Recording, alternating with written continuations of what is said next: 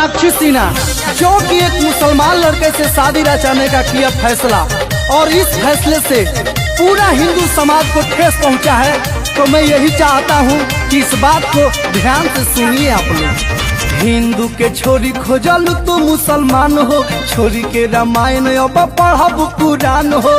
अरे ई का कहलू ए दादा, हिंदू छोरी दूल्हा तू खोजल मुसलमान हो, छोरी के रामायण अब पढ़ब कुरान हो। शत्रुघ्न सिन्हा के कैसन बारू धिया, ए सोनाक्षी सिन्हा कैले बारू छिया छिया, ए सोनाक्षी सिन्हा कोई देलू छिया छिया। अरे रे महावीरवा पूरा मह कैले बिया रे। जीरो म्यूजिक अभय राज की प्रस्तुति।